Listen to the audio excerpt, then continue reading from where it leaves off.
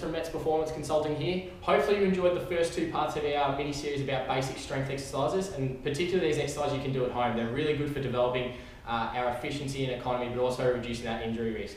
Today's all about our core exercises. So we're going to go through the basic principles of a plank. So our front plank, it's an exercise everyone has seen at some point in time, but it's one we can definitely get wrong. And also something called a dead bug. So it's going to be turned over onto our back, a bit of an uncomfortable position, but it's definitely a better alternative for you to do a dead bug than it is to do a sit-up. I'll explain why in a moment. But first of all, we're heading to our plank. So we'll start with our core strength to begin with.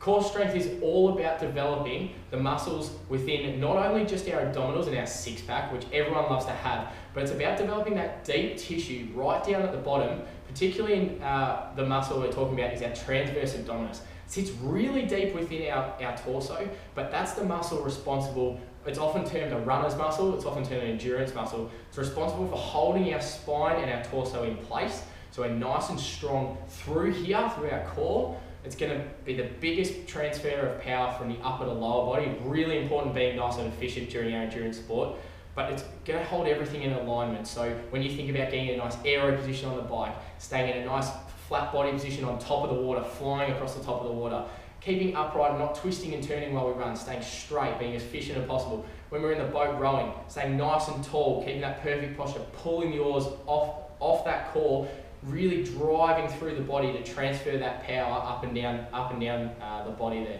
So these exercises are going to be most important for all our endurance athletes. If you're going to do any strength at all, I'd highly recommend making core your priority, spend a big time on it because it's going to give you the biggest impact in improving your efficiency. So we'll get stuck into it. Our first exercise today is the front plank.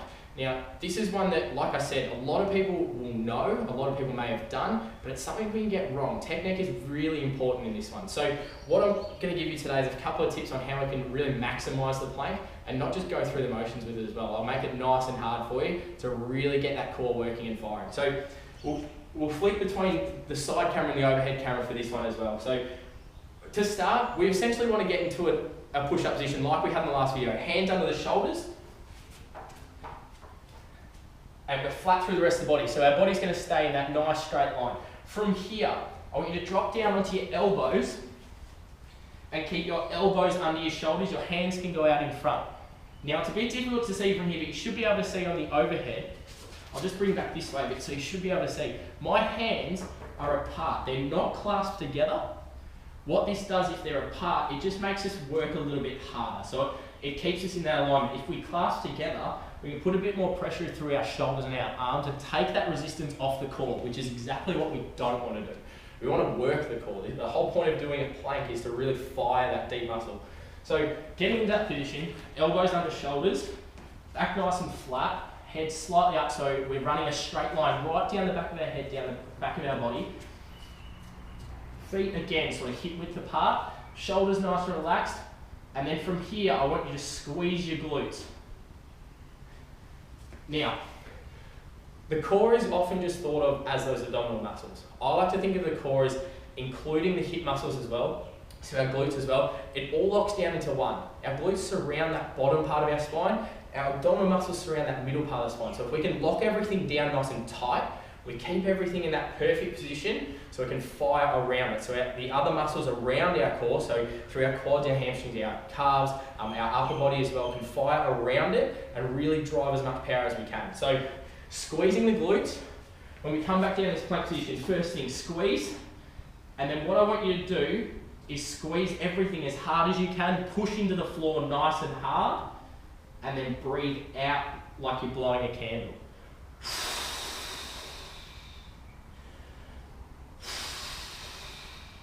Now it may be a bit difficult to see, but as soon as I blow out and I squeeze really hard, I start actually starting to shake.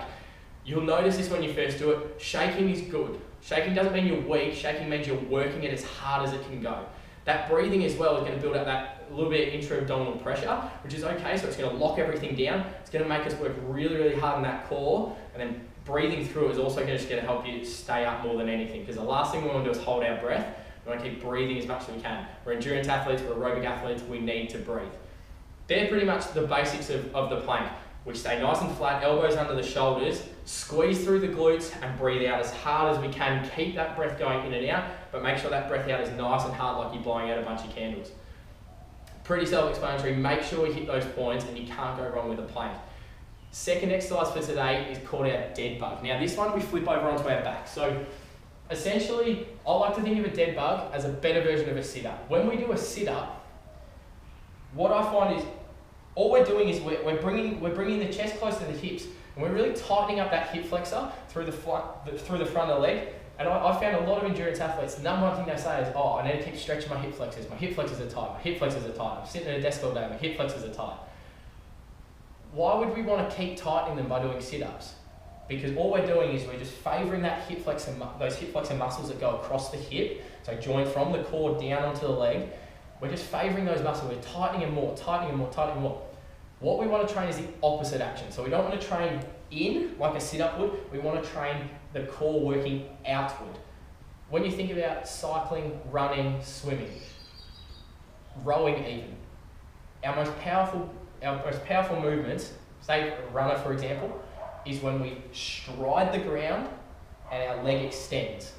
That's opening up from the core through there, so we're extending through the hip. If we do a sit-up, we're flexing through the hip. We're doing the opposite action, so we don't want to train that. We want to train the other way. Sit-ups are a good supplementary one if we're looking at, say, we want to build that six-pack. But the purpose of training strength for endurance athletes and an athletic performance perspective is we want to train the core to be functional. We don't necessarily need it to look good. It will look good eventually. We're endurance athletes. We're not going to have a high percentage of body fat usually, so we're going to have pretty lean bodies. It's going to look good anyway. So let's think about that extension movement. So if you haven't seen the overhead camera as well, essentially for this, we lie down on our back. And remember from the last video, our quadruped position. So we had our hands directly under our shoulders, our knees pretty much over our hips. From here, you can point your fingers to the sky. We're going to bring our feet off the ground at about a 90-degree angle. So you see nice 90 degrees. We're here. This is where it gets a bit tricky, and it will play on your mind a little bit to start with. What you need to do is your right arm will go backwards, all the way down just before it touches the ground, but at the same time you need to get your left leg to go down as well. So see, in this position, it will be quite tricky to hold. We come back up. Now I'm going to go the other side. So watch, I'll do it all at the same time this time. So left arm and right leg go out together, and then come back in together. Notice when I go out, this arm, the opposite arm that stays there, the opposite leg that stays there, do not move. That's really important for developing as much drive through, as much work of that core as we can in the movement. If we come down with it and we let our arms drop, we let our leg drop, we start doing this, we just relax everything through the core. We're not actually working as hard as it could be. So really important, keep these nice and aligned, so hands over the shoulders, knees over the hips. We go down, and when we go down, the two that don't move, the opposite arm and leg, stay as still as they can, lock down your core, come back up. So those are a couple of exercises for our core. Those are two of my favourite core exercises. I do them all the time whenever I do a core session. They're the best. They'll smash you from every direction in the core, really strengthen things up, lock down, get that power driving from the upper body to the lower body and vice versa. And you can't really go wrong with those two as long as the technique is perfect. So as always, comments and questions in the description below. Chuck them down there. We'll get back to you as soon as you can. Hope you're enjoying this little mini video series. Our next one's going to be on mobility and activation, so things we can do before our sessions, whether that be swim, bike, run, row, before as a part of our warm-up before a race, but also as part of our warm-up before we do our strength session. So I'll throw in a couple of exercises for you there. They're really good, just firing the body up, warming it up in a bit of a different way than what you're probably used to, but it's going to be a bit more effective for that performance. So hopefully you tune in for the next video. Hope you're enjoying the series so far, and we'll catch you then.